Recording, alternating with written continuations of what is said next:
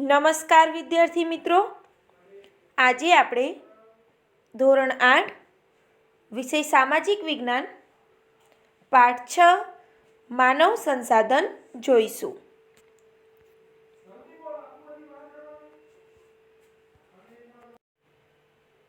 ચાલો આપણે શરૂ કરીએ. પ્રકરણ 6 માનવ સંસાધન. શું તમે જાણો છો, આપણે આખા વર્ગખંડની વિદ્યાર્થી દીઠ કુટુંબની માહિતી મેળવી. તમે સમગ્ર દેશની પણ આવી માનવ વસ્તી સંબંધી માહિતી નિયત સમયાંતરે મેળવવામાં આવે છે. બરાબર. આખા વર્ગખંડની અહીં ઉપર પ્રવૃત્તિ આપી હતી કે આખા વર્ગખંડના જેટલા વિદ્યાર્થીઓ છે તેટલા દરેક વિદ્યાર્થીના કુટુંબ દીઠની માહિતી મેળવવાની. બરાબર. તેમ સમગ્ર દેશની પણ આવી માનવ વસ્તીની સંબંધી માહિતી નિયત સમયાંતરે મેળવવામાં આવે છે. તેના વિશે આજે આપણે જાણકારી મેળવીશું. આપણે આપણા કુટુંબની બરાબર જે રીતે માહિતી મેળવી તે રીતે આખા સમગ્ર દેશના જેટલી માનવ વસ્તી છે બરાબર તે સંબંધી માહિતી પણ નિયત સમયાંતરે મેળવવામાં આવે છે. તો તેની આપણે આ સમસ્ત સંપૂર્ણ પાઠમાં આપણે તેની જાણકારી મેળવીશું. વસ્તી ગણતરી શું છે અને શા માટે? વસ્તી ગણતરી બરાબર. તો અહીંયા કે વસ્તી ગણતરી શું છે અને શા માટે તે આપણે જોઈએ. કે કોઈ પણ દેશના અથવા કોઈ પણ વિસ્તારમાં વસતા લોકો દેશની વિધિવત રૂપે માહિતી મેળવવી અને તેની નોંધણી કરવાની બાબતને વસ્તી ગણતરી કહે છે. કોઈ પણ દેશના અથવા તો કોઈ પણ વિસ્તારના વસતા લોકો હોય બરાબર તે વિશેની વિધિવત રૂપે માહિતી મેળવવી અને તેની પછી નોંધણી કરવી, તો આ બાબતને આપણે વસ્તી ગણતરી કહી શકીએ. જે દર 10 વર્ષે કેન્દ્ર સરકારના આદેશથી કરવામાં આવે છે, જેને સેન્સસ અથવા તો જનગણના પણ કહેવાય છે. દર 10 વર્ષે આવી વસ્તી ગણતરી કરવામાં આવે છે કેન્દ્ર સરકારના આદેશ મુજબ, તો તેને આપણે જનગણના પણ અને સેન્સસ પણ કહેવામાં આવે છે. આપણા દેશમાં પણ 2011માં છેલ્લે સેન્સસ વસ્તી ગણતરી કરવામાં આવી, જે આઝાદી મળ્યા પછીની 7મી વખતની હતી. આપણો દેશ આઝાદ થયો, આઝાદી મળી તે પછીની 7મી વખતની આ વસ્તી ગણતરી છેલ્લે 2011માં કરવામાં આવી, જે હવે 2021માં કરવામાં આવશે બરાબર 10 વર્ષે. આ વખતે દેશના દરેક નાગરિકને યુનિક નંબર અને ઓળખપત્ર આપવાનું આયોજન થયેલ છે, જે 2011ની વસ્તી ગણતરીની વિશેષતા છે. દરેક ભારતીય નાગરિક તરીકે પોતાના કુટુંબની સાચી માહિતી આપી સહકાર આપવો આપણી ફરજ બને છે. માનવ વસ્તી એ દેશનું માનવ ધન છે. માનવ વસ્તી એ આપણા દેશનું માનવ ધન છે. કોઈ પણ દેશના વિકાસનો મોટો આધાર માનવ સંસાધન પર છે. કોઈ પણ દેશ હોય, કોઈ પણ દેશનો વિકાસનો જે મોટો આધાર છે એ માનવ સંસાધન પર રહેલો છે. આગળ જોઈશું. આગળ જોઈએ. માનવ વસ્તી એ દેશની મૂડી છે. માનવ વસ્તી એ આપણા દેશની મૂડી છે. દેશના વિસ્તાર અને કુદરતી સંપત્તિ થકી જ દેશનો વિકાસ થતો નથી. કે દેશનો વિસ્તાર હોય મોટો અને કુદરતી સંપત્તિ હોય, કંઈ તેના દ્વારા જ દેશનો વિકાસ નથી થતો. દેશના આર્થિક વિકાસનો પાયો દેશની માનવ વસ્તીનું કદ ને ગુણવત્તા પર રહેલો છે. દેશનો આર્થિક વિકાસ ત્યારે જ થાય કે તેનો પાયો મૂળ દેશની માનવ વસ્તીનું કદ અને તેની ગુણવત્તા કેવી છે તે ઉપર મુખ્ય આધાર રાખે છે. લોકોના આરોગ્ય, શિક્ષણ, કાર્યકુશળતા તેમજ મહેચ્છાઓ જેવી બાબતો ઉત્પાદકતા વધારે છે. દેશમાં રહેલા લોકોનું આરોગ્ય સારું હોય, તેમનું શિક્ષણ બરાબર ઉચ્ચ હોય અને કાર્યકુશળતા તે લોકોને કામ કરવાની ઈચ્છાઓ, મહેચ્છાઓ જેવી બાબતો ઉત્પાદકતા ઉપર આધાર રાખે છે અને ઉત્પાદકતા વધારે છે. તેથી જ દેશનો વિકાસ થાય છે. આપણા દેશની વસ્તીની ગુણવત્તા જાણવા અને દેશના આર્થિક વિકાસનું આયોજન કરવાના હેતુથી વસ્તી ગણતરી કરાવવામાં આવે છે. કે આપણા દેશની વસ્તીની ગુણવત્તા કેવી છે તે ગુણવત્તા જાણવા અને દેશના આર્થિક વિકાસનું આયોજન કરવાના હેતુથી વસ્તી ગણતરી કરાવવામાં આવે છે. દેશની વિકાસલક્ષી પંચવર્ષીય યોજનાઓ, ખોરાક, પાણી, રહેઠાણનું વ્યવસ્થાપન, ઉદ્યોગો, વીજળી, રોજગારી, શિક્ષણ અને સંરક્ષણ વિષયક આયોજન કરવાના ભાગરૂપે પણ વસ્તી ગણતરી કરવી જરૂરી બની રહે છે. બરાબર, કે દેશના વિકાસલક્ષી જે પંચવર્ષીય યોજનાઓ કરેલી છે, ખોરાક, પાણી, રહેઠાણનું વ્યવસ્થાપન, ઉદ્યોગો જેવી અનેક વિષયો પર બરાબર આયોજન કરવાના ભાગરૂપે વસ્તી ગણતરી કરવી જરૂરી છે. હવે તો ભારતમાં લુપ્ત થતા પ્રાણીઓ, પક્ષીઓ તથા વૃક્ષોની પણ વન ખાતા તરફથી ગણતરી કરવામાં આવે છે. બરાબર ને? આપણને કઈ રીતે ખબર પડે છે કઈ જાતિ લુપ્ત થાય છે? તો એ લુપ્ત થતી જતી જાતિને રોકવા માટે, તેના કારણો શોધવા માટે, બરાબર, તો વસ્તી ગણતરી કરવી જરૂરી છે. તો તેના દ્વારા પણ વન ખાતા તરફથી ગણતરી કરવામાં આવે છે તથા પાલતુ પ્રાણીઓની પણ ગણતરી હાથ ધરવામાં આવે છે. તેથી તે અંગે જરૂરી પગલાં લઈ શકાય છે. આગળ જોઈએ ભારતની વસ્તી અંગેનો ખ્યાલ. આપણા દેશનો કુલ ભૂમિ વિસ્તાર 32,87,263 ચોરસ કિલોમીટર છે. આપણા દેશનો કુલ ભૂમિ વિસ્તાર 32,87,263 ચોરસ કિલોમીટર છે, જે દુનિયાના કુલ વિસ્તાર પૈકી ફક્ત 2.42% જ છે. આખા સમગ્ર દુનિયાના કુલ વિસ્તાર પૈકી ફક્ત 2.42% જ છે. બરાબર, તો વિસ્તારની રીતે ભારત દુનિયામાં 7મા ક્રમે છે. વિસ્તારની દ્રષ્ટિએ જોઈએ તો આપણું ભારત આ દુનિયામાં 7મા ક્રમે છે, પણ દુનિયાની કુલ વસ્તીના 16%થી વધુ લોકોની વસ્તી ભારતમાં રહે છે. આખી દુનિયામાં કુલ જેટલી વસ્તી છે તેટલી 16%થી પણ વધુ વસ્તી એ આપણા ભારત દેશમાં વસે છે. વસ્તીમાં ચીન પછી ભારત બીજા ક્રમે આવે છે. પહેલો ક્રમ ચીનનો છે, ત્યાં વસ્તી વધુ છે. ચીન પછી આપણો બીજો નંબર આવે છે. અહીં નીચેના કોઠાની વિગતો તમારે બરાબર પૂરવાની છે. માહિતી તમારે પ્રવૃત્તિ કરવાની છે, માહિતી શોધવાની છે, વિગતો જાણીને તમારે અહીંયા પૂરવાની છે. 2011ની વસ્તી ગણતરીના આધારે અહીંયા માહિતી દેશ, રાજ્ય, જિલ્લો ને ગામ, એમાં પુરુષ, સ્ત્રી અને કુલ સંખ્યા લખવાની છે. આગળ જોઈશું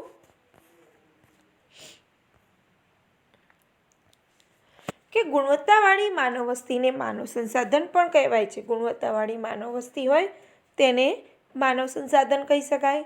માનવ શક્તિનું મૂલ્ય બૌદ્ધિકતા અને સાક્ષરતા પર રહેલું છે.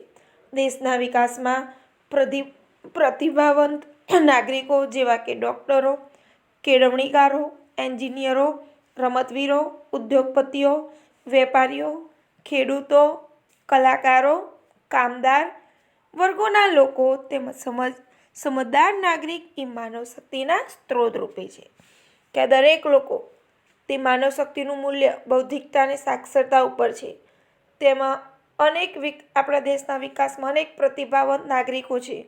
ડૉક્ટરો છે, એન્જિનિયરો છે, કેળવણીકારો, વેપારીઓ, ખેડૂતો, કલાકારો, કામદારો. બરાબર, કામદારનું પણ વધુ મહત્ત્વ છે. ઓફિસ હોય, મિલ ફેક્ટરી હોય, પણ કામદાર ન હોય તો ક્યાં ચાલે? બરાબર ને? તો આ બધા વર્ગોના લોકો સમજદાર નાગરિક માનવ શક્તિના સ્ત્રોત રૂપે છે. આપણું યુવાધન અને બાળકો પણ આપણી માનવ સંપત્તિ જ છે. હવે વસ્તી વૃદ્ધિ જોઈએ. 2001થી 2011ના દાયકા દરમિયાન ભારતીય વસ્તીમાં 18.1 કરોડ જેટલી જનસંખ્યાનો વધારો થયેલ છે. જો વિદ્યાર્થી મિત્રો, અહીંયા આપણે વસ્તી ગણતરી કરીએ છીએ ત્યારે તો આપણને ખબર પડે છે કે આપણા દેશમાં કેટલી વસ્તીનો વૃદ્ધિ થઈ છે કે કેટલી વસ્તી ઓછી થઈ છે. સ્ત્રીઓની સંખ્યામાં વસ્તી વધી છે કે પુરુષોની સંખ્યામાં કેટલા બાળકોનો જન્મ થયેલ છે, આ બધું આધાર આપણને વસ્તી ગણતરી દરમિયાન જ ખબર પડે છે. તો 2001માં જે છેલ્લે વસ્તી ગણતરી કરી હતી તેના પછી 2011માં કરી. તો 2001થી 2011 સુધી તે દરમિયાન ભારતીય વસ્તીમાં કુલ 18.1 કરોડ જેટલી જનસંખ્યા વધી ગઈ છે. છતાં પણ વસ્તી વધારાનો દર ઘટ્યો છે. જે વસ્તી વધારાનો દર છે તે ઘટેલ જ છે, જે અગત્યની વાત છે. ઉપરાંત શિક્ષિત નાગરિકોની સંખ્યામાં પણ વધારો થયો, કે વસ્તી તો જનસંખ્યામાં તો વધારો થયો જ છે, સાથે શિક્ષિત લોકો જાગૃત, આજે દરેક લોકો ગામડાના લોકો પણ જાગૃત બન્યા છે અને તેઓ ઉચ્ચ શિક્ષણ મેળવી રહ્યા છે. તો શિક્ષિત નાગરિકોની સંખ્યાઓમાં પણ વધારો થતો ગયો છે. 2001માં ભારતીય વસ્તી 102.87 કરોડ જેટલી હતી. 2001ની વાત છે અહીંયા, કે 2001માં ભારતીય વસ્તી 102.87 કરોડ હતી, જે 2011માં 121.1 કરોડ જેટલી 0.1 કરોડ જેટલી થઈ ગઈ છે.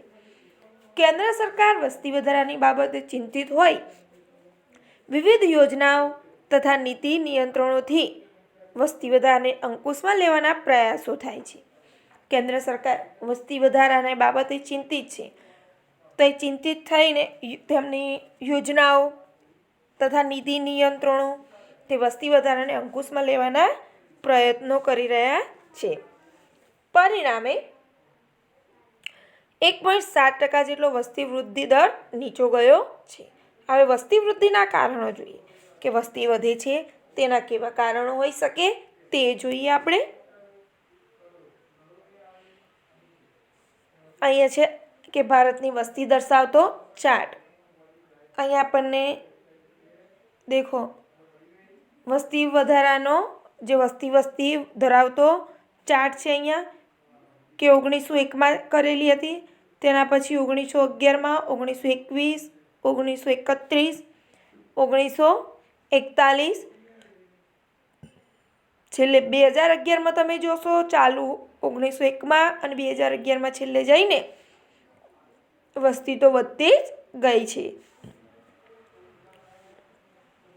આગળ જોઈએ, જન્મ મૃત્યુ દરની જેમ વસ્તી વૃદ્ધિ એ કુદરતી છે. જેમ જન્મે છે અને મરી જાય છે તેમ વસ્તી વૃદ્ધિ પણ એ પણ કુદરતી છે. પરંતુ વસ્તી વધારા અંગે કેટલાક પરિબળો જવાબદાર છે, જેમાં અન્ય દેશમાંથી આવીને સ્થિર થતા લોકો, બીજા દેશમાંથી લોકો આવીને આપણા ભારત દેશમાં વસી જાય, બરાબર, સ્થિર થઈ જાય ત્યારે વસ્તી વધે છે. આગળ સ્થિર થતા લોકો ઉદ્યોગ ધંધા, વેપાર કે શિક્ષણ અર્થે થતું સ્થળાંતરણ પણ કારણભૂત બને છે, કે પોતાના ઉદ્યોગ ધંધા માટે પણ તેઓ સ્થળાંતરણ થાય છે, તે પણ મુખ્ય કારણ છે.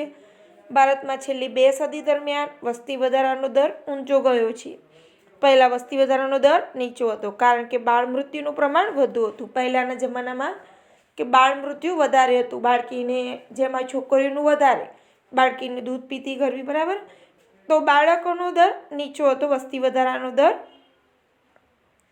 કારણ કે બાળ મૃત્યુનું પ્રમાણ વધુ હતું. કોલેરા, પ્લેગ, ક્ષય જેવા રોગોનું નિયંત્રણ ન હતું.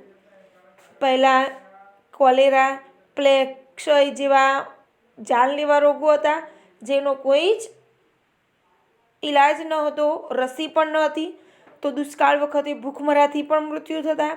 તબીબી સારવાર અને દવાઓ પણ પૂરતી ન હતી, પહેલાં જેવી ટેકનોલોજી વિકસી ન હતી, બરાબર, તો હોસ્પિટલો અને દવાખાનામાં પહેલાં જેવી સારવાર નહોતી થતી. આના કારણે તબીબી સારવાર તેમને દવાઓ પણ પૂરતી નહોતી મળતી, તો તેના કારણે તેઓ મરી જતા હતા. રસ્તાઓ કે ઝડપી પરિવહન પણ ન હતું. દૂર હોસ્પિટલ આવેલું હોય તો આપણે ઝડપથી હોસ્પિટલમાં ન પહોંચીએ તો રસ્તામાં જ વ્યક્તિ મરી જતી હોય છે, એક્સિડન્ટ કે પછી કોઈ પણ કારણસર. તો રસ્તાઓ કે ઝડપી પરિવહન પણ ન હતું, તેથી સગર્ભા મહિલાઓનું મૃત્યુ પ્રમાણ પણ વધુ હતું. આવા કારણોસર વસ્તી વધારો દેખાતો નહોતો. વસ્તી તો વધતી જ હતી, વસ્તી તો જે જન્મતા જ હતા, અત્યારે જેટલા જન્મે બાળકો પહેલાં પણ જન્મતા હતા, પરંતુ તેની સામે મૃત્યુદર પણ વધુ હતું. લોકો અનેક કારણોસર મરી જતા હતા, તેના કારણે વસ્તી જે વધતી હતી તે આપણને વસ્તી વધારો દેખાતો નહોતો. આજે પરિસ્થિતિમાં ઘણો જ બદલાવ થયેલ છે. આપણે જોઈ શકીએ છીએ વિદ્યાર્થી મિત્રો કે આપણા વિજ્ઞાન ટેકનોલોજીના ક્ષેત્રે ઘણું બધું આગળ વધી ગયું છે આપણો ભારત દેશ. ટેકનોલોજી, દવા, હોસ્પિટલના સારવાર અંગે, બરાબર, સડકો, પરિવહન વગેરે ઘણો બધો વિકાસ થઈ ગયો છે. તો પરિસ્થિતિમાં તેના કારણે બદલાવ આવ્યો છે. હાલમાં મોટેભાગે પૂરતો અને પોષક દરેક વ્યક્તિને મળી રહે છે. તબીબી સારવાર અને દવાઓથી ચેપી રોગોનું પણ નિયંત્રણ થયેલ છે. સારા રસ્તાઓ, ઝડપી પરિવહન અને ઝડપી સંદેશા વ્યવહારની સુવિધાથી તાત્કાલિક સારવાર પણ મળી જાય છે. કુદરતી આપત્તિ પહેલાંની ચેતવણી પણ હવે આપણને મળી જાય છે. પહેલાં એવા કોઈ સાધન નહોતા જેથી આપણે દુકાળ છે કે પછી ભૂકંપ છે, બરાબર, વાવાઝોડું છે જે આપણને ખબર પડે. અત્યારે વાવાઝોડું આવવાનું હોય તે પણ આપણને ખબર પડી શકે છે. તો પહેલાં ચેતવણી આપવામાં આવે છે અને તેના પછી વ્યવસ્થાપન થકી પુનર્વસન થતાં અને મૃત્યુદરમાં ઘટાડો જોવા મળે છે, જેથી વસ્તી વૃદ્ધિ જોવા મળે છે. ઉપયુક્ત પરિબળો ઉપરાંત માનવ આયુષ્ય મર્યાદામાં સુધારો થયેલ છે કે 1920માં સરેરાશ આયુષ્ય 40થી 41 વર્ષ હતો. 1920ની વાત છે અહીંયા કે સરેરાશ આયુષ્ય 40થી 41 વર્ષ હતું, આસપાસ હતું, જે આજે 63થી 64 વર્ષ આસપાસ થઈ ગયેલ છે. ઉપરાંત કેટલાક કારણોસર જન્મદરમાં ઘટાડો થયેલ નથી, જેમ કે નિરક્ષરતા. કેટલાક કારણોસર લોકો નિરક્ષર પણ કેટલાક એવા છે, બરાબર, કે તે લોકોને કંઈ જન્મદરમાં ઘટાડો કરી શકતા નથી. અંધશ્રદ્ધા ને વહેમ, રૂઢિગત માન્યતાઓની પરંપરા, બાળ લગ્ન, ગરીબી, વિધવા પુનર્લગ્ન, નાના કુટુંબની આદર્શ ભાવનાનો અભાવ જેવા અનેક પરિબળોમાં વસ્તી વધારાનો જોવા મળે છે. વસ્તી વધારો થતાં કેટલીક વ્યવસ્થાપન બાબતની સમસ્યા પેદા થાય છે. હવે વસ્તી વધારો થાય છે તેની સામે તેટલી વ્યવસ્થા ઊભી કરવા માટેની પણ સમસ્યા ઊભી થાય છે, જેમાં ખોરાક, પાણી, રહેઠાણ, પર્યાવરણનું પ્રદૂષણ, સંરક્ષણ, રોજગારી, તેમની ટ્રાફિક નિયમન અને જેને ઉકેલ અનેક યોજનાઓ, તકેદારીના પગલાં તથા કાયદીય જોગવાઈઓ પણ કરવી પડે છે. તો આ બધું સરકાર દ્વારા જ કરવામાં આવે છે. અહીંયા જાણવા જેવું છે. અહીંયા બાળલગ્ન પ્રતિબંધ ધારા મુજબ પુરુષની ઉંમર 21 વર્ષ અને સ્ત્રીની ઉંમર 18 વર્ષ લગ્ન માટે નક્કી થયેલ છે. તે પહેલાં લગ્ન કરવો એ ગુનો છે. આગળ છે અહીંયા 1901થી 2011 દરમિયાન ભારતીય જનસંખ્યાની સ્થિતિ જાણી અર્થઘટન કરો. અહીંયા 1901થી 2011 સુધીની ભારતીય જનસંખ્યાની અહીંયા સ્થિતિ દર્શાવેલ છે, તે તમારે જોવાનું છે. આગળ જોઈશું અને પછી તમારે આ પ્રશ્નો છે એ પ્રશ્નોને નોંધવાના છે કે કયા દાયકામાં વસ્તીનો વધારો અને ઘટાડો થયેલ છે. આ દરેક પ્રશ્નના તમારે જવાબો તે કોષ્ટક છે, કોષ્ટકમાં જોઈને તમારે ઘરેથી કરવાના છે. આગળ જોઈશું આપણે વસ્તી ગીચતા.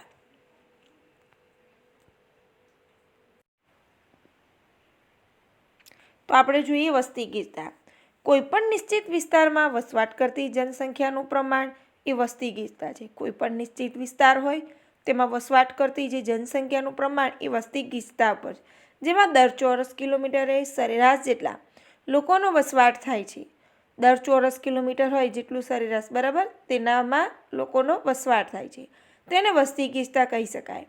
વસ્તી ગીચતા એ ભૌગોલિક, સામાજિક અને આર્થિક સ્થિતિ સાથે સંકળાયેલ છે. વસ્તી ગીચતા એ આપણી ભૌગોલિક, સામાજિક અને આર્થિક કેવી પરિસ્થિતિ છે તેના ઉપર આધાર રાખે છે. અહીંયા જાણવા જેવું છે, તમારે જોઈ લેવાનું છે. હવે આપણે આગળ જોઈશું કે દુનિયાના બધા જ દેશોમાં વસ્તીના વિવિધ પ્રમાણ છે. આપણા દેશમાં પણ વિવિધ પ્રદેશો કે વિસ્તારમાં વસ્તી પ્રમાણ સરખું નથી, કે આપણા દેશમાં વિવિધ પ્રદેશો કે વિસ્તારમાં કંઈ વસ્તીનું પ્રમાણ બધી જગ્યાએ સરખું હોતું નથી. નદી કિનારાના મેદાનો, ઔદ્યોગિક વિસ્તારો, મુક્ત ત્રિકોણ પ્રદેશના ફળદ્રુપ વિસ્તારોમાં વસ્તી ગીચતા જોવા મળે છે. ક્યાં આપણને વધુ વસ્તી જોવા મળે? કે જ્યાં નદી કિનારાના મેદાનો થયેલ હોય, કે જેમાં એ ફળદ્રુપ જમીન હોય અને ત્યાં ખેતી પણ સારી થાય છે, તો ત્યાં આપણને વસ્તી જોવા મળે. ઔદ્યોગિક વિસ્તારો હોય, મુક્ત ત્રિકોણ પ્રદેશના ફળદ્રુપ વિસ્તારોમાં વસ્તી ગીચતા વધુ જોવા મળે. જ્યારે પહાડી પ્રદેશો, રણ પ્રદેશો કે વન્ય વિસ્તારોમાં જે તે પ્રદેશની પ્રતિકૂળતાના કારણે વસ્તી ગીચતા ઓછી જોવા મળે છે. કે પહાડી પ્રદેશો હોય કે રણ પ્રદેશ હોય કે પછી વન્ય વિસ્તાર હોય, કે જે તે પ્રદેશની પ્રતિકૂળતાના કારણે આપણને વસ્તી ગીચતા ઓછી જોવા મળે છે. અહીંયા પ્રવૃત્તિ કરેલ છે કે વસ્તી ગીતતાના 5 મોટા રાજ્યો અલગ રંગ પૂરી દર્શાવો. અહીંયા વસ્તી ગીતતા માટેના 5 મોટા રાજ્યો છે તેમાં અલગ રંગ પૂરીને દર્શાવવાનું છે. તમારે ઘરેથી પ્રવૃત્તિ કરવાની છે. આગળ જોઈશું આપણે વસ્તી ગીતતા પર અસર કરતા પરિબળો, કે વસ્તી ગીતતા છે તેના ઉપર કયા પરિબળો અસર કરે છે તે જોઈએ. વસ્તી ગીતતા પર પર્યાવરણના વિવિધ પરિબળોની અસર થાય છે, જેમ કે સ્થળની ઊંચાઈ, ઠંડી ગરમીનું પ્રમાણ, કે સ્થળની ઊંચાઈ કેટલી છે તેમાં ઠંડી ગરમીનું પ્રમાણ કેટલું છે, આબોહવા કેવી છે તેની, ભૂપૃષ્ઠ, પાકો, ખનિજો, પાણી, ઉર્જા અને તેની પ્રાપ્તિ ઉપરાંત પરિવહન, સંદેશાવ્યવહાર, સુવિધા, શિક્ષણ, આરોગ્ય, ઔદ્યોગિકરણ, રોજગારીની તકો, શહેરીકરણ તેમજ અદ્યતન ટેકનોલોજીથી આર્થિક વિકાસ વૃદ્ધિ પર વસ્તી ગીતતા સાથે સંકળાયેલ છે. તો આ દરેક પરિબળો વસ્તી ગીતતા ઉપર ભાગ ભજવે છે. હવે આપણે આગળ જોઈશું કે આટલું જાણો અને તેના કારણો વિચારો. તમારે અહીંયા જાણવા જેવું છે કે વસ્તીમાં ટોપ 5 જિલ્લાઓ છે અને વસ્તી ગીતતામાં ટોપ 5 જિલ્લાઓ જે તમે જોઈ શકો છો. વધારે વસ્તી ધરાવતા રાજ્યો, વધારે વસ્તી ધરાવતા રાજ્યોમાં સૌથી પહેલાં ઉત્તર પ્રદેશ છે, મહારાષ્ટ્ર છે, બિહાર, પશ્ચિમ બંગાળ અને મધ્યપ્રદેશ. અને ઓછી વસ્તી ધરાવતા કેન્દ્ર શાસિત વિસ્તારો, ઓછી વસ્તી ધરાવતા લક્ષદ્વીપ, ટાપુઓ, લદ્દાખ, અંદોમાન નિકોબાર ટાપુ. હવે આગળ જોઈશું જન્મદર, કે જન્મદર આપણે કોને કહી શકીએ. કોઈ પણ નિશ્ચિત વિસ્તારમાં દર 1000ની વસ્તીએ 1 વર્ષ દરમિયાન જન્મતા જીવિત બાળકોની સંખ્યાને જન્મદર કહેવામાં આવે છે. દર 1000ની વસ્તીએ 1 વર્ષ દરમિયાન કે જન્મતા જેટલા જીવિત બાળકો છે એ સંખ્યાને જન્મદર કહેવામાં આવે છે. ભારતમાં છેલ્લા ઘણા વર્ષોથી જન્મદરનું પ્રમાણ ઘટતું જાય છે, કે ભારતના છેલ્લા કેટલાક વર્ષોથી જન્મદરનું પ્રમાણ ઘટતું જાય છે. લોકો કુટુંબ નિયોજન અપનાવતા થયા છે, છતાં ગ્રામ્ય વિસ્તારમાં શિક્ષણનો અભાવ, આરોગ્ય વિષયક સેવાનો અભાવ, ગરીબી, બેકારી, પરિવાર નિયમનની સમજનો અભાવ જોવા મળે છે. એટલે જન્મદરનું પ્રમાણ ઊંચું રહે છે. અહીંયા જુઓ, ચિત્ર આપણને આપેલું છે. જનસંખ્યામાં વધારો, કે જનસંખ્યામાં વધારો ક્યારે થાય?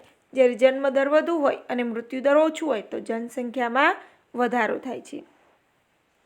જનસંખ્યા સ્થિર, ક્યારે જનસંખ્યા સ્થિર રહે છે? જ્યારે જન્મદર પણ સરખું અને મૃત્યુદર પણ સરખું, જેટલા જન્મ લે છે તેટલા સામે તેટલા જ વ્યક્તિ મૃત્યુ પામે, તો જનસંખ્યા છે તે સ્થિર રહે છે. અને જનસંખ્યામાં ઘટાડો, જ્યારે જન્મદર ઓછો થઈ જાય અને મૃત્યુદર વધી જાય ત્યારે જનસંખ્યામાં શું થઈ જાય છે? ઘટાડો થઈ જાય છે. તો આપણે ઉપર જોયું તે જન્મદર જોયું. હવે મૃત્યુદર, કે કોઈ પણ નિશ્ચિત વિસ્તારમાં દર 1000ની વસ્તીએ 1 વર્ષ દરમિયાન મૃત્યુ પામનાર સંખ્યાને મૃત્યુદર કહેવામાં આવે છે. જે જન્મે છે તેનું મૃત્યુ નિશ્ચિત છે, જે જન્મે છે તે તો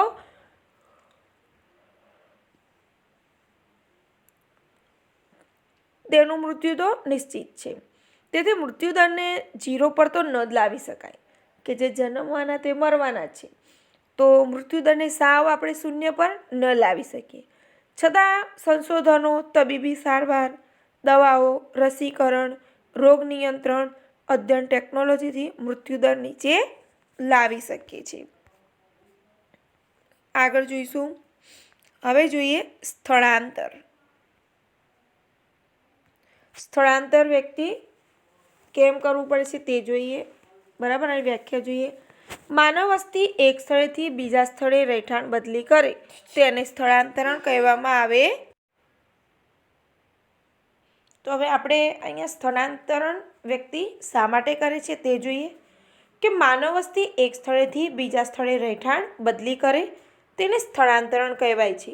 કે જ્યારે લોકો, માનવ વસ્તી એક સ્થળેથી બીજા સ્થળે રહેવા જાય, પોતાનું રહેઠાણ બદલે, તેને આપણે સ્થળાંતરણ કહી શકીએ. પોતાની આજીવિકા અને વિકાસ માટે માણસને વિવિધ પ્રવૃત્તિ કરવી પડે છે. આજીવિકા એટલે કે પોતાનું જીવન ચલાવવા માટે અને પોતાના વિકાસ માટે માણસને અનેક પ્રવૃત્તિઓ કરવી પડે છે, વિવિધ પ્રવૃત્તિઓ કરવી પડે છે, જેમાંથી સામાજિક અને સાંસ્કૃતિક આવશ્યકતાઓ જન્મે છે, જેનાથી સામાજિક અને સાંસ્કૃતિક જરૂરિયાતો પણ જન્મે છે.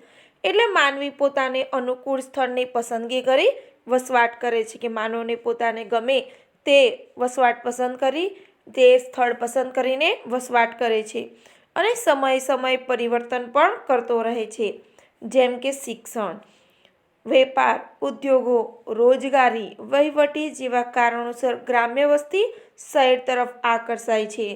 કે સમયે વ્યક્તિ પરિવર્તન પણ કરે છે, કે એમાં શિક્ષણ માટે કે આપણે જોઈએ છે અત્યારે ગામડાના વિદ્યાર્થીઓ મા બાપ તેમના છોકરાને ઉચ્ચ શિક્ષણ મેળવવા માટે, સારી સુવિધાઓ મેળવવા માટે તેઓ શહેરમાં વસવા જાય છે. પોતાના વેપાર માટે, ઉદ્યોગો, મિલો, કારખાનાઓમાં ઉદ્યોગોના બરાબર કરવા માટે તેઓ પોતે શહેરમાં રહેવા જતા હોય છે. તો એ કારણોસર ગ્રામ્ય વસ્તી શહેર તરફ આકર્ષાય છે. હાલમાં ગુજરાતમાં 62% વસ્તી ગ્રામ્ય વિસ્તારમાં અને 38% શહેરી વિસ્તારમાં વસવાટ કરે છે. કે આપણા ગુજરાતમાં જોઈએ તો 62% વસ્તી એ ગામડામાં વસે છે, ગ્રામ્ય વિસ્તારમાં, અને 38% શહેરમાં વસ્તી વસે છે. હવે આપણે જોઈએ વસ્તીનું માળખું, કે કુલ વસ્તીના વિવિધ જૂથમાં કરવામાં આવેલ વર્ગીકરણને વસ્તી માળખું કહેવાય છે. કે કુલ વસ્તીના વિવિધ જૂથમાં, કુલ જેટલી વસ્તી છે બરાબર, એ કુલ વસ્તીને વિવિધ જૂથ પાડવામાં આવે છે અને પછી તેને વર્ગીકરણ કરવામાં આવે છે, તેને વસ્તીનું માળખું કહેવામાં આવે છે. જેમાં સ્ત્રી પુરુષનું જૂથ આવે, પછી વયકક્ષા જૂથ આવે, સાક્ષરતાનું પ્રમાણ જૂથ, ગ્રામ્ય શહેરી વસ્તી જૂથ, ધાર્મિક અને ભાષાકીય જૂથ, વ્યવસાયિક જૂથનો સમાવેશ થાય છે. વિવિધ જૂથ મુજબ જાણકારી પ્રાપ્ત કરવા વસ્તી માળખું જાણવું જરૂરી છે. હવે આપણે આગળ જોઈએ વય જૂથ. દેશની કુલ વસ્તીમાં બાળકો, પ્રૌઢો તથા વરિષ્ઠ નાગરિકોનો સમાવેશ થાય છે. કે દેશની જેટલી કુલ વસ્તી છે એ કુલ વસ્તીમાં તો બાળકો પણ આવી જાય, પ્રૌઢ લોકો, વરિષ્ઠ નાગરિકો સમાવેશ થઈ જાય, જેને વય જૂથમાં વહેંચવામાં આવે છે. તો અહીંયા આપેલું છે કે બાળકોનું જૂથ તો 0 થી 14 વર્ષ સુધી તે બાળક કહેવાય છે. પ્રૌઢોનું જૂથ 15 થી 59 વર્ષ સુધી, અને વરિષ્ઠ નાગરિકોનું જૂથ 59 થી ઉપરની ઉંમરવાળાનું તેને વરિષ્ઠ નાગરિક જૂથમાં સમાવેશ કરવામાં આવે છે. આ ત્રણેય જૂથમાં મુખ્ય તફાવતો કે બાળક અને વરિષ્ઠ નાગરિકોની વસ્તીમાં છે. કે કુલ વસ્તીના 3 થી 4% બાળકો હોય છે. કુલ જેટલી વસ્તી છે, કુલ વસ્તીમાં 3 થી 4% બાળકો હોય, જ્યારે વરિષ્ઠ નાગરિકો 7% જેટલા છે અને બાકીના બધા પ્રૌઢો છે. હવે આગળ કે આટલું જાણો, જાપાનમાં વરિષ્ઠ નાગરિકોનું વયજૂથ પ્રમાણ ઊંચું છે. કે વરિષ્ઠ નાગરિકોનું વયજૂથનું પ્રમાણ છે તે ઊંચું છે. અહીંયા છે સ્ત્રી પુરુષ માળખું, એટલે જાતિ પ્રમાણ માળખું આપેલું છે. કે જાતિ પ્રમાણ એટલે દર 1000 પુરુષો સ્ત્રીઓનું પ્રમાણ. જાતિ પ્રમાણ એટલે કે દર 1000 પુરુષો છે તેની સંખ્યા પ્રમાણે હજારે સ્ત્રીઓ કેટલી છે તેને જાતિ પ્રમાણ કહી શકાય, જેને સેક્સ રેટિયો પણ કહેવામાં આવે છે. 1951 પછીથી જાતિ પ્રમાણ ક્રમશઃ ઘટતું જ જાય છે. 1951 પછી જાતિનું પ્રમાણ ક્રમશઃ ઘટતું જ જાય છે. 1951થી અહીંયા દેશ અને રાજ્યમાં 2011ની વસ્તી ગણતરી મુજબ સ્ત્રી પુરુષોનું પ્રમાણ અહીંયા કરેલું છે, જે 1000 પુરુષો સ્ત્રીઓનું પ્રમાણ છે. કે જેમાં ગુજરાતમાં 918 છે, ઉત્તર પ્રદેશમાં 908 છે, બિહારમાં 916, કેરળમાં 1084. જુઓ તમે વિદ્યાર્થી મિત્રો જોઈ શકો છો, 1000 પુરુષોએ સ્ત્રીઓની સંખ્યા 1084 છે કેરળમાં. તો સ્ત્રીનું પ્રમાણ અહીંયા પુરુષોની દ્રષ્ટિએ વધુ છે. પશ્ચિમ બંગાળમાં 947, હરિયાણા 877 અને આસામમાં 954. તો આપણને સૌથી ઓછું સ્ત્રીઓનું પ્રમાણ 877 જે હરિયાણા જોવા મળે છે. અહીંયા રેડ એલર્ટ છે કે અમરેલીમાં 987 સામે 964ની ચોંકાવનારી સંખ્યા જોવા મળે છે. જૂનાગઢમાં 1000 પુરુષે 3 મહિલા ઘટી 955ના સ્થાને 952 છે. બરાબર, એ તમે અહીંયા કોષ્ટક જોઈ શકો છો. હવે આપણે આગળ જોઈએ સાક્ષરતા. કે કોઈ પણ દેશના વિકાસનો આધાર દેશના સાક્ષરતા પ્રમાણ પર રહેલો છે. કે કોઈ પણ દેશનો વિકાસનો આધાર એ દેશની સાક્ષરતાના પ્રમાણ પર રહેલો છે. સાક્ષરતા એ વસ્તીની ગુણવત્તા અને સામાજિક વિકાસને માપવાનો મહત્વનો માપદંડ છે અને દેશના આર્થિક વિકાસની પણ ચાવી છે. 1991ની વસ્તી ગણતરી વખતે સાક્ષરતાનો માપદંડ નક્કી થયેલ છે. કે 1951ની જ્યારે વસ્તી ગણતરી કરવામાં આવી હતી તે વખતે સાક્ષરતાનો માપદંડ જે રાખવામાં આવેલો તે નક્કી થયેલ છે. તે મુજબ 6 વર્ષથી વધુ વય જૂથની કોઈ પણ વ્યક્તિ કોઈ પણ એક ભાષા વાંચી લખીને સમજી શકતી હોય તે સાક્ષર કે અક્ષર જ્ઞાન ધરાવતી વ્યક્તિ ગણાય છે. કે કોઈ પણ 6 વર્ષથી વધુ જે વય જૂથની કોઈ પણ વ્યક્તિ હોય કોઈ પણ એક ભાષા હિન્દી કા ગુજરાતી કા ઇંગ્લિશ કોઈ પણ પોતાની એક ભાષા વાંચી લખીને સમજી શકે તેને આપણે સાક્ષર કહેવાય અથવા તો અક્ષર જ્ઞાન ધરાવતી વ્યક્તિ ગણી શકાય છે. તો ભારતમાં સાક્ષરતાનું પ્રમાણ ક્રમશઃ વધતું જાય છે, જે સારી બાબત છે. અહીંયા તમે જોઈ શકો છો કે અહીંયા રાજ્યો દેશને રાજ્યો આપેલા છે. દેશમાં ભારત દેશ તેના રાજ્યો આપેલા છે. કુલ સાક્ષરતામાં પુરુષનો સાક્ષરતા દર અને સ્ત્રીઓનો સાક્ષરતા દર આપેલો છે.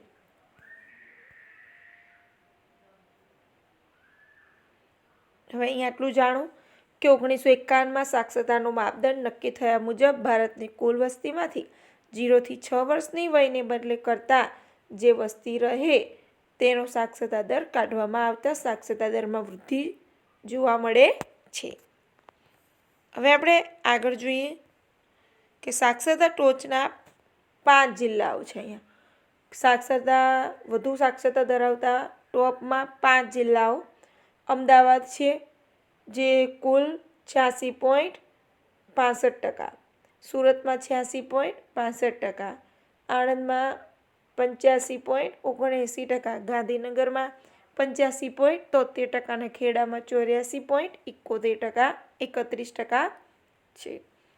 આ બાજુમાં પ્રશ્નોના જવાબ પણ આપેલા છે. પ્રશ્નો કે કયા રાજ્યની સાક્ષરતા સૌથી વધુ છે, કયા રાજ્યની સાક્ષરતા સૌથી વધુ છે, કયા રાજ્યની સાક્ષરતા સૌથી ઓછી છે. તે આપણે આગળ જે જોયું બરાબર રાજ્યોના સાક્ષરતાનું હતું તે પ્રમાણે તમારે પ્રશ્નનો જવાબ આપવાના છે. હવે જોઈએ વ્યવસાયિક માળખું. કે દેશની કુલ વસ્તીમાંથી વિવિધ વ્યવસાયમાં રોકાયેલા લોકોને વ્યવસાય જૂથમાં સમાવી શકાય. તેમાં એક કામ કરનાર જૂથ અને કામ નહીં કરનાર જૂથ એમ 2 ભાગ પડે છે. કે દેશની કુલ વસ્તીમાંથી વિવિધ વ્યવસાયમાં રોકાયેલા જે લોકો હોય તેમને વ્યવસાય જૂથમાં સમાવી શકાય. જેમાં નંબર 1 આપીએ કામ કરનાર જૂથ અને 2 કામ નહીં કરનાર જૂથ એમ 2 ભાગ આપણે પાડી શકીએ છીએ. તો દેશમાં ઝડપથી થતા ઔદ્યોગિકરણથી કામ કરનાર જૂથ વધતું જ જાય છે. દેશમાં ઝડપથી થતું ઔદ્યોગિકરણ છે એ ઔદ્યોગિકરણથી કામ કરનાર જૂથ છે સતત તે વધતું જ જાય છે. તો વસ્તીમાં પરિવર્તન એ દેશની વસ્તીમાં 2 પ્રકારના પરિવર્તન જોવા મળે છે. આપણા વસ્તીમાં જે પરિવર્તન આવી રહ્યું છે તો એ દેશની વસ્તીમાં 2 પ્રકારના પરિવર્તનો આપણે જોઈ શકીએ છીએ. જેમાં પહેલું આપણે જોઈએ વસ્તીમાં પરિવર્તન. દેશની વસ્તીમાં 2 પ્રકારના પરિવર્તન જોવા મળે છે, એક સંખ્યાત્મક પરિવર્તન અને 2 ગુણાત્મક પરિવર્તન. પહેલાં આપણે જોઈએ સંખ્યાત્મક પરિવર્તન. ક્યાંક વસ્તીમાં વધઘટ થતી જોવા મળે છે. વસ્તી વૃદ્ધિ દર અને સ્થળાંતરણને લીધે આમ થાય છે. કે ક્યાંક વસ્તીમાં વધઘટ થતી જોવા મળે છે જેમાં વસ્તી વૃદ્ધિ દર અને તે સ્થળાંતરણને લીધે આપણને થાય છે. ઉપરાંત ભૂમિહીન લોકોની સ્થિતિ, ઓછું જમીન પ્રમાણ, શહેરીકરણ તેમજ સામાજિક અને વહીવટી કારણોસર વસ્તીમાં વધઘટ થયા કરે છે. કે ઓછું જમીન પ્રમાણ હોય કે પછી શહેરીકરણ હોય તેમજ સામાજિક અને વહીવટી કારણોસર વસ્તીમાં વધઘટ થાય છે. હવે જોઈએ ગુણાત્મક પરિવર્તન. વ્યક્તિના વિચાર અને સ્વભાવ, રહેણી-કરણી, જીવનશૈલીમાં આવતું પરિવર્તન એ ગુણાત્મક પરિવર્તન છે. કે વ્યક્તિના વિચાર, તેમનો સ્વભાવ, રહેણી-કરણી, જીવનશૈલી એ બધામાં જે પરિવર્તન આવે તે ગુણાત્મક પરિવર્તન છે. તેની પાછળ ખંત, ઉદ્યમ, રાષ્ટ્રીય ભાવના, ઉત્સાહ, સાહસ વગેરે જવાબદાર કારણો છે, જેનાથી વ્યક્તિના વૈચારિક, સામાજિક, સાંસ્કૃતિક જીવનમાં કેટલાક પરિવર્તનો થાય છે. હવે આપણે આગળ જોઈએ કે ધાર્મિક જૂથ. ભારત સર્વધર્મ સંભાવ ધરાવતો દેશ છે. તેમાં દરેક ધર્મની પ્રજા વસે છે, જેમાં હિન્દુ ધર્મની પ્રજા સૌથી વધારે છે. કે આપણો ભારત એ સર્વધર્મ સંભાવ ધરાવતો દેશ છે. તો દરેક ધર્મની પ્રજા અહીંયા વસે છે, જેમાં હિન્દુ ધર્મની પ્રજા એ સૌથી વધુ છે. ત્યાર પછી ક્રમશઃ ઇસ્લામ, ખ્રિસ્તી, શીખ, બૌદ્ધ, જૈન, જરથુસ્તી ધર્મ પાળતા લોકો રહે છે. ભાષા જૂથ. ભારત ઘણો વિશાળ અને વિવિધતા ધરાવતો દેશ છે. તેમાં અનેક ભાષાઓ અને બોલીઓ બોલાય છે. કે આપણો ભારત દેશ ઘણો વિશાળ અને વિવિધતા ધરાવતો દેશ છે, જેમાં અનેક ભાષાઓ અને બોલીઓ બોલાય છે. બંધારણ મુજબ હાલ 22 માન્ય ભાષા છે. હિન્દી અને અંગ્રેજીને વહીવટી ભાષાનો દરજ્જો આપવામાં આવેલ છે. કે બંધારણ મુજબ 22 ભાષાઓ માન્ય છે, જેમાં હિન્દી અને અંગ્રેજીને વહીવટી ભાષાનો દરજ્જો આપવામાં આવેલ છે. ભારતમાં ભાષાવાર રાજ્યોની પણ રચના થયેલ જોવા મળે છે. હવે આપણે આગળ જોઈએ કે આરોગ્ય જૂથ. માનવીનું આરોગ્ય એટલે શારીરિક, માનસિક, આર્થિક, સામાજિક અને આધ્યાત્મિક તત્વો સાથેની સમૃદ્ધિને આરોગ્ય કહી શકાય. કે આરોગ્ય એટલે શું? તો આરોગ્ય એટલે તે શારીરિક રીતે, માનસિક, આર્થિક રીતે, સામાજિક અને આધ્યાત્મિક તત્વો સાથે સમૃદ્ધ હોય તેને આપણે આરોગ્ય કહી શકાય. ઉત્તમ કક્ષાનું આરોગ્ય રાષ્ટ્રના વિકાસની પ્રક્રિયાને ઝડપી બનાવે છે. કે આપણે સ્વસ્થ હોઈશું તો આપણો ભારત દેશને પણ આપણે આગળ વિકાસ કરાવી શકીશું. તો ઉત્તમ કક્ષાનું આરોગ્ય રાષ્ટ્રનું વિકાસની પ્રક્રિયા તેને ઝડપી બનાવે છે. હવે રાષ્ટ્રીય વસ્તી નીતિ જોઈએ. કે દેશની વસ્તી એ જ દેશની શક્તિ છે. ભારત દેશની જે વસ્તી છે તે જ આપણા ભારત દેશની શક્તિ છે. માનવ સંસાધન શિક્ષિત અને તાલીમબદ્ધ, તંદુરસ્ત અને શક્તિશાળી હશે તો દેશનો વિકાસ થશે. કે આપણું માનવ સંસાધન શિક્ષિત અને તાલીમબદ્ધ અને તંદુરસ્ત હોય, બરાબર, અને શક્તિશાળી હોય તો જ દેશનો યોગ્ય વિકાસ થઈ શકે. માનવ શક્તિનો ઉપયોગ દેશના વિકાસમાં પાયાનું કામ આપે છે. માનવ શક્તિનો ઉપયોગ કરવો એ દેશના વિકાસમાં પાયાનું કામ છે. વિશ્વના હરણફાળ ભરતા દેશો સાથે ઊભા રહેવા અને ગતિશીલતા લાવવા આપણે જાગૃત બનવું પડે. કે વિશ્વના હરણફાળ ભરતા જે દેશો છે આખા સમગ્ર વિશ્વમાં જે ઝડપથી આગળ વધી રહ્યા છે, બરાબર, જે ભરતા દેશો છે એ દેશો સાથે આપણે ઊભું રહેવું, તેની સાથે ગતિશીલતા લાવવું, તેના માટે આપણે જાગૃત બનવું પડે. અને દેશની સમૃદ્ધિમાં માનવ શક્તિના મૂલ્યને પ્રાધાન્ય આપવું પડશે. દેશના વિકાસને અવરોધતા પરિબળોને નિયંત્રિત કરવા પડશે. કે આપણા દેશના વિકાસને જેટલા અવરોધે છે પરિબળોને નિયંત્રિત કરવા પડશે. તેથી વસ્તી વિસ્ફોટનું નિયંત્રણ કરવા 1951થી નક્કી થયેલી વસ્તી નીતિને અસરકારક અમલમાં મૂકવી જ રહી. તો વસ્તી નીતિના ભાગરૂપે યોજનાઓ જેવી કે પોષક આહાર યોજના, માતા શિશુ સંભાળને સારવાર, સ્વચ્છ પાણી, શાળા આરોગ્ય કાર્યક્રમ, બાળ અધિકારોનું રક્ષણ જેવા અભિગમને વેગવાન બનાવવા પડશે. અને પંચવર્ષીય યોજનાઓમાં પણ વસ્તી નીતિને નજર સમક્ષ રાખીને બનાવવી પડે. કે જે પંચવર્ષીય યોજનાઓ આવે તેમાં પણ વસ્તી નીતિને નજરમાં રાખીને, તેને સમક્ષ રાખીને આપણે બનાવવી પડે. આપણે તેમાં જાગૃત બની સહકાર આપી આપણું યોગદાન યોગ્ય અદા કરવા કટિબદ્ધ બનીએ. કે આપણે જાગૃત બનવું છે અને જે સહકાર આપણે આપવાનું આપણા, બરાબર, વસ્તી અને આપણું યોગ્ય પ્રદાન અદા કરવા કટિબદ્ધ બનીએ. સ્વસ્થ ભારત, સમૃદ્ધ ભારત. અહીંયા કેટલાક સૂત્રો આપેલા છે.